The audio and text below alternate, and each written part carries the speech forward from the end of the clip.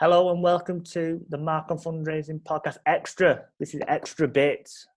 You gotta pay premium rates for this yeah, one. this is yeah. And I'm here with Emma. So she stayed on. We've just done a podcast, so she stayed on to do this extra bit. Now this isn't on fundraising. This is on film. This is a bit of fun because guess what's coming up? Christmas. So we're going to talk about our 5 favourite Christmas films. That's right. Yes. What more could you want? I know. Perfect. It's going to be brilliant. But to start with, we're going to do unpopular Christmas film opinions. That's a mouthful. But you did it. You nailed it. Yeah, I know. Right, that was a real mouthful. So who wants to go first? I'm worried that mine is going to be very unpopular. The reason I think you should go first. Okay. The reason I do this bit first because this film might be in your top 5. So I want to set the stall out right now. Okay. I don't like Elf. I'm gonna throw it out there. I don't like Elf. I can't be doing with it. Spoiler alert, it's not in my top 5. Oh well, that's good. I don't mind it. What about Elf? What is it? It's more Will Ferrell. I can't be doing with him. Oh man. He's not an actor that I like, and Elf it's a bit like Anchorman, where I watched Anchorman and people say it's the funniest film you'll ever watch, and I watched it and it wasn't. Sometimes people set too high expectations for films, right? And there's so many films I've been seeing. I'm like, oh, was that it? Was that it? Like, what? All this hype and yeah, okay, yeah. No, that's fair enough. Especially with Elf, people laud it and applaud it, and it's mainly Will Ferrell. Maybe if it was somebody else, it might be better. But I doubt it. I just don't like Elf. Who else could play Elf, though? Well, I suppose that's it, isn't it? Yeah. Yeah. Do you imagine? Right, go on. Your unpopular Christmas movie opinion is? I think that Love Actually is overrated. Oh. A little bit creepy. Spoiler alert. I know. Is that in your top 5? Yeah. Oh no! You did say it's your number 1. No, it's not my number 1. Oh, okay, thank God. No, yeah. definitely not my number 1. Do you know I didn't watch Love Actually until I was probably in, I don't know, I'd finished university, and people always go on about it. People always like, oh my gosh, it's the best Christmas film. It's not Christmas until Love Actually's been on the telly and XYZ. And so I watched it and was like, I don't get it. But it's got the cast.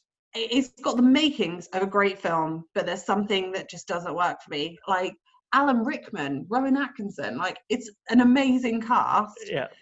But yeah, it doesn't float my Christmas boat. Fair enough. That's fine. That's fine. That's Mark's really polite way of saying you're wrong. But let's move on. No, you're not right. There are right. Okay, well I'll swap around. I'll start with my number 5. Okay, I'll say is Love Actually. I do like Love Actually because it has got some very good set pieces. Like you said, the Alan Rickman and the Rowan Atkinson stuff, I think is brilliant. I think it's so funny and really well done. I do like it for the separate stories, and I think some of them are great. Some of them are cringy, and I will admit that they are cringy. I've one in particular. I just lost them. The guy who goes to America. I could be doing without that one. Oh yeah. Because that's never going to happen. Yeah. That is a fantasy, and that is his Christmas miracle. That Alicia Cuthbert is just there. That is his. That is a Christmas miracle, and yeah, fine. And also the thing with the cars and Keira Knightley, I could do without that. That was weird. That was cringe. The video where she watches the wedding video back, and it just works out that he's been creepily filming her face. Yeah, the whole way through. Hang on, so this guy's just been stalking you. You've only just realised it. So there are some. It's a creepy moment. I think I'm talking myself out of this now. But no, don't talk yourself out of it. You've got to. You love it, and it's in your top 5. You have to own it. I was thinking through things, what other films? I was like, no, I'll stick with Love Actually. I do like it. It has got some good. It is well written. Yes, there are some cringy moments in it, There's a great some great actors, some great set pieces in it. So I do like Love Actually. Yes, it is in top 5. I would watch it again a few times. Kudos. Go on, number 5. What's yours? So my number 5 may surprise, because so when I was thinking about my top 5 Christmas films, I was thinking about films that are like that I don't just watch at Christmas, because Christmas is great. You get lots of time off at Christmas usually, and so I end up sitting and watching like the Godfather trilogy. I wouldn't necessarily count that as a Christmas film. So I was thinking a film that features Christmas, or films that feature Christmas. So my number 5 is actually John Hughes's Trains, Planes and Automobiles. Oh, okay. Didn't. Have you never seen it? I don't think I have, actually. It's so I think it is like a bit of a, for me, it's like a big nostalgic film. I grew up watching it when I was a kid, but which says far too much about my age. Is John Candy and Steve Martin. They play this kind of unlikely pair who are trying to get home for Christmas. And they're like stuck in Chicago, and they're, you know, trying to get home. And spoiler alert, they have to use planes, trains and automobiles to get home. But yeah, I love the dynamic. I mean, John Candy was an absolute comedic legend. You know, you can't question that. And Steve Martin's very funny as well. And they just kind of come together as this kind of polar pair, and it's so funny. And you know, Steve Martin's so like rigid and sort of stuck up, and John Candy's character is just I don't know, just doesn't he doesn't kind of concede to those social norms and values, and it's so funny. And I think it's probably, you know, inspired lots of other films. There's sort of certain arcs and tropes that you'll probably recognize in other films from it. But yeah, so that was my number 5, untraditional Christmas film, but Christmas nonetheless. Okay, well then number 4 for me, yes, it's set at Christmas, maybe not considered a Christmas film, but I believe it is a Christmas film. I'm going to go Die Hard. I love Die Hard. Die Hard is a Christmas movie. It is set at Christmas. It's set during a Christmas party. I think if I've had Trains, Planes and Automobiles, and there are some in here that I think are like, they're set at Christmas, so it's fine. I think you can have Die Hard. Die Hard is a good film. Die Hard is a great film. I love Die Hard. I think it's brilliant. Bruce Willis's action man hero come out party, because he was always in Moonlighters. Of course. He was in that. He was never seen as that sort of action dude, and he really made a name for himself doing John McClane. Brilliant film.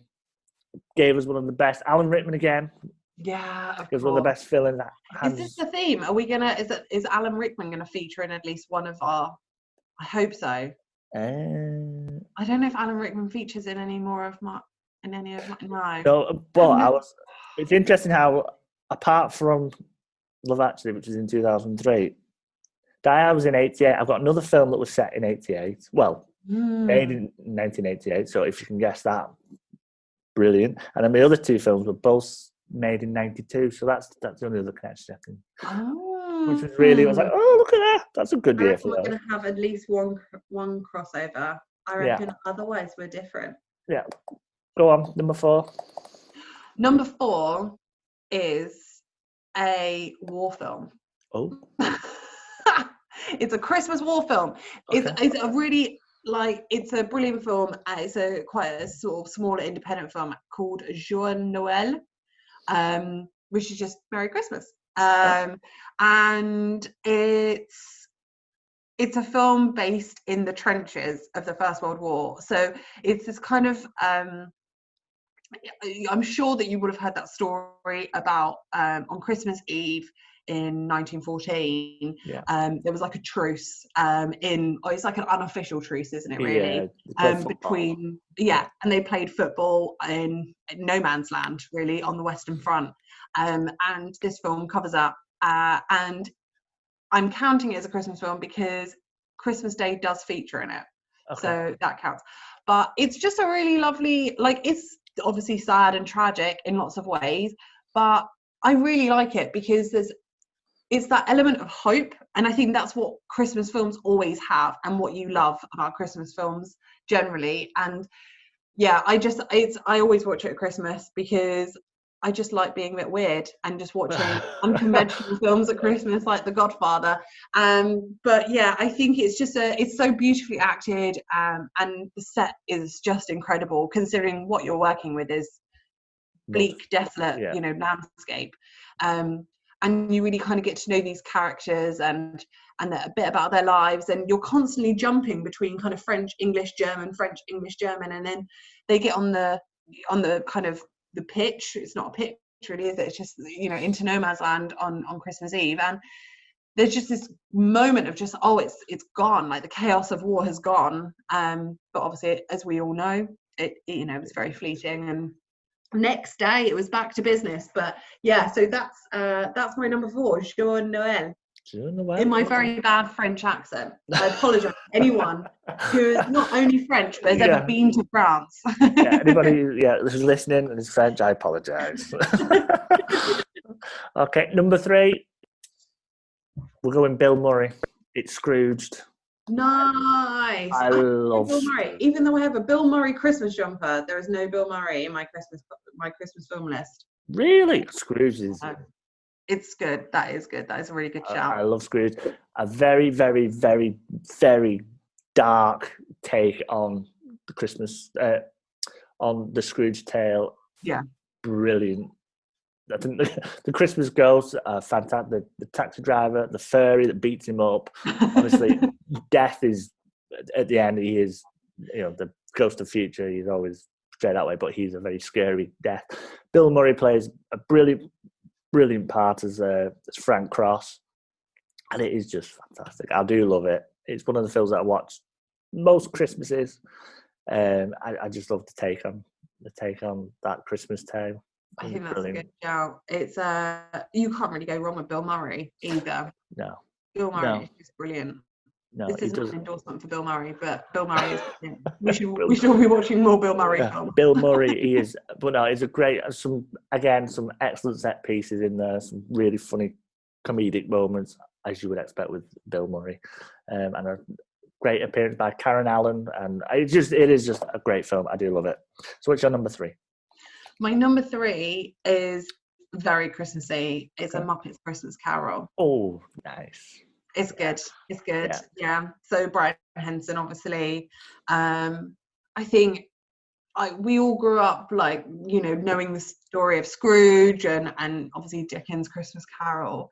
But I think the Muppets just made it so relatable for my generation, our generation of, those characters that and love. It's so funny. Michael Caine, props to Michael Caine, because he gave that performance his all. I mean, he is not a singer, and I'm sure he would probably be the first one to admit that, but it's fun, it's silly, and it's heartwarming. I think in all the right ways. The songs are really catchy, and I don't know why, but it's just become a film for me where it's not Christmas until Muppets Christmas Carol has happened.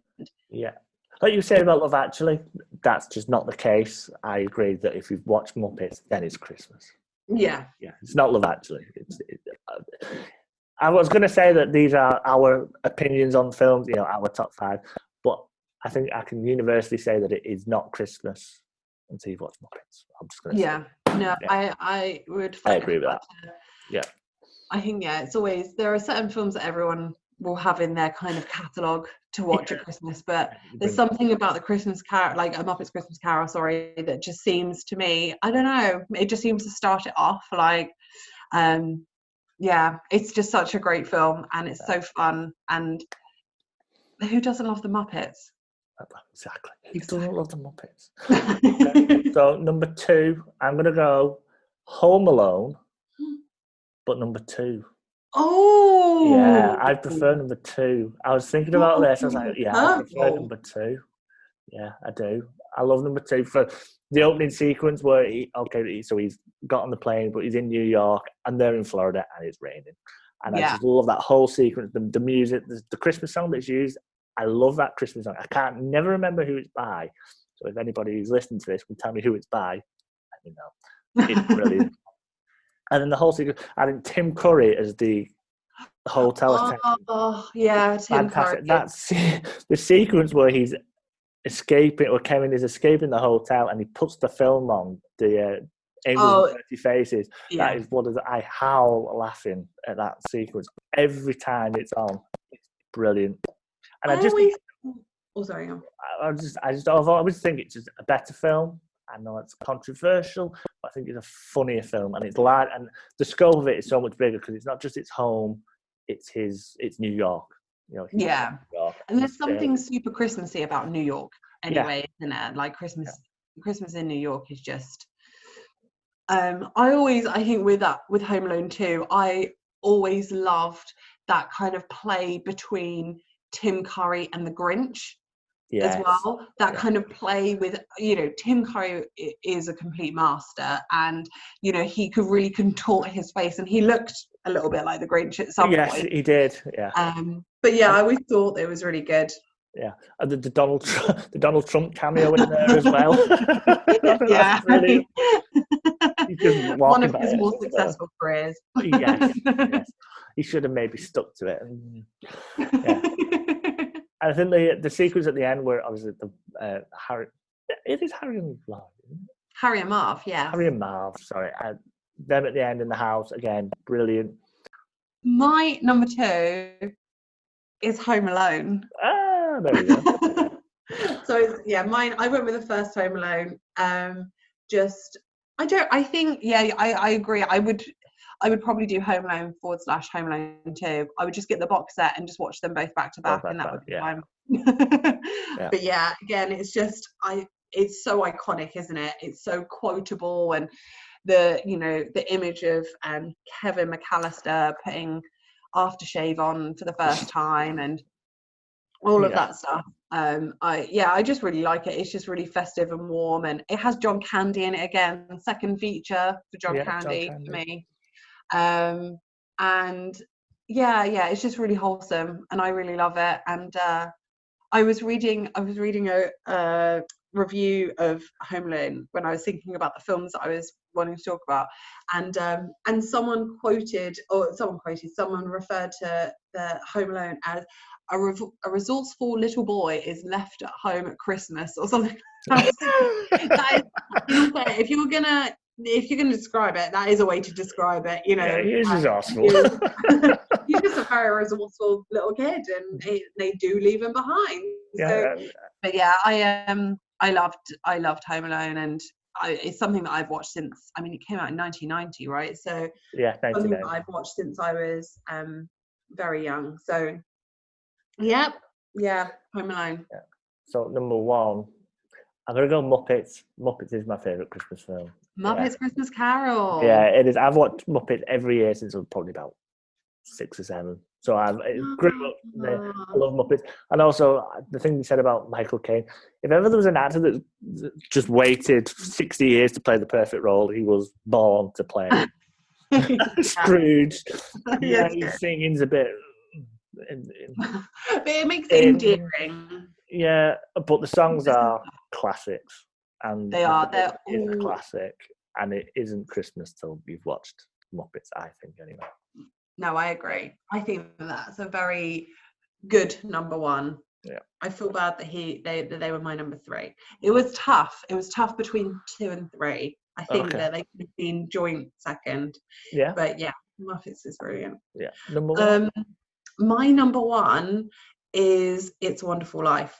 Oh, I was going to think, was it going to make an appearance? It's a Wonderful Life, yeah. It has to. I didn't like, actually, with Love Actually, I didn't watch It's a Wonderful Life until I was probably in my mid-20s.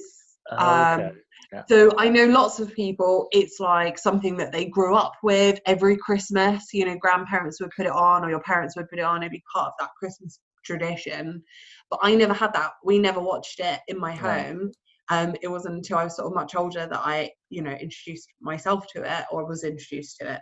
And yeah, I've made it a part of my Christmas tradition. I watch it every Christmas. and run around the house making the worst Jimmy Stewart impressions ever. I mean, shameful Jimmy Stewart impressions. But I just really love it. And I just find, you know, that character of George Bailey just so charming and captivating. And it just, for me, is like quintessential Christmas film. But you know, Frank Capra, who obviously directed It's a Wonderful Life, I didn't realise. So he served obviously in the Second World War as part of the US War Department, making kind of films. So It's a Wonderful Life was his first post-war film. Okay. Which, when you think of it like that, actually, like, that just, to me, adds so much more to it, because now you're looking at a product of a filmmaker who has just spent the last 4 or 5 years maybe filming horrendous, brutal, you know, war, you know, warfare, and is now kind of putting out this kind of beautiful, wholesome Christmas film all about the meaning of life and, you know, family and all of that stuff. And I just think, for me, it just adds an extra, like, special element to it, which is why I love it. And I love Jimmy Stewart. Because he's the best James person. Stewart's brilliant. Yeah. He's so good. He is just so good and so iconic. So that's my Christmas film that I am gonna probably now go and watch right now. Thanks, Emma, for taking part in that little festive extra, I think. Best call it. Yeah, festive. No, I like that. Yeah. No, that's fine. Fun. And thank you so much again for inviting me on both elements. Yes, both sides. And it was really interesting to, you know, find out more about your top Christmas films and fundraising, obviously, in general. But I hope everyone has a wonderful Christmas. And a happy New Year. Here's to 2021. Oh God, 2021. Can't wait. But thanks, Emma. And for everybody listening, if you want to list your top 5 Christmas films, we'd love to know. We don't judge. Obviously, I Love Actually in there. It's fine. Absolutely fine to admit. It's, you know, it is fine. First stage is admitting and all that. So, so thanks again, Emma. I'll speak to you soon. Thanks so much.